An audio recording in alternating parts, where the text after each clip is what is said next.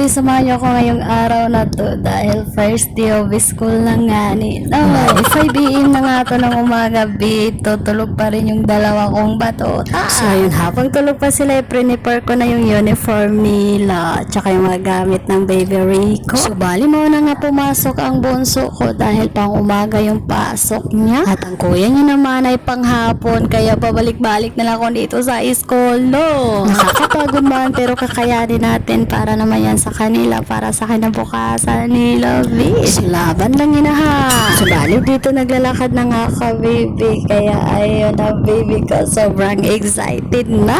At alam nyo bang, sobrang kinabahan din ako, baka iiyak siya dahil unang klase niya, bis. Thanks God, super very good naman ng baby ko dahil hindi naman siya umiyak. So, bali, ito yung front ng school. Ayan, may pa-welcome back to school nga sila, bis. So, bali, kung mapapansin nyo, bi, ang tataas nga na mga building dito, bi, hanggang 4th floor. Wish ko na lang talaga na sana hindi mapunta sa 4th floor yung mga anak ko, bi. So, bali, dito naglilinya na yung bisection and ayun, susunduin sila ng mga teacher nila, bi. At ayun na yung baby ko, pabida-bida na dahil hinawakan daw siya ng teacher niya, bi. At ito, buti na lang first floor ang baby ko dito dahil kinder pa naman din siya. At ito, dahil first day of school, pinayagan kami mga nanay pumasok sa room nila at pinalis din kami kaagad. Grabe, sobrang thankful nga ako sa baby ko dahil di talaga siya umiyak, bibo. So, very good lang talaga siya. Thank you talaga, nak, dahil di mo ko pinahirapan. And ayun, labasan na, buti na lang may good news ang baby ko.